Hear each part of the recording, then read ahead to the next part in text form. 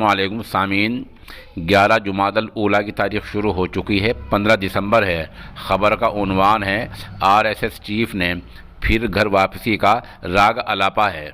दरअसल चित्रकूट में आज उन्होंने अपने भाषण में कहा है कि जो लोग हिंदू धर्म छोड़कर दूसरे धर्म में चले गए हैं, दूसरे धर्म में परिवर्तन कर गए हैं, उनको दोबारा हिंदू धर्म में वापस लाना है। मोहन भागवत ने इस पर भाषण भी दिया है और इस मतलब का लोगों को वहाँ अहद भी दिलाया है। इससे आप समझ सकते हैं कि चाल क्या है। दरअसल मोहन भागवत, आरएसएस और उन जैसे लोगों का मानना यह है कि हिंदुस्तान में जितने लोग हैं सब के सब हिंदू धर्म छोड़कर दूसरे धर्म में चले गए हैं। वो ये बात साफ तौर से नहीं कहते, लेकिन बहुत सी मरतबा उनकी ज़ुबान पर बात आ जाती है।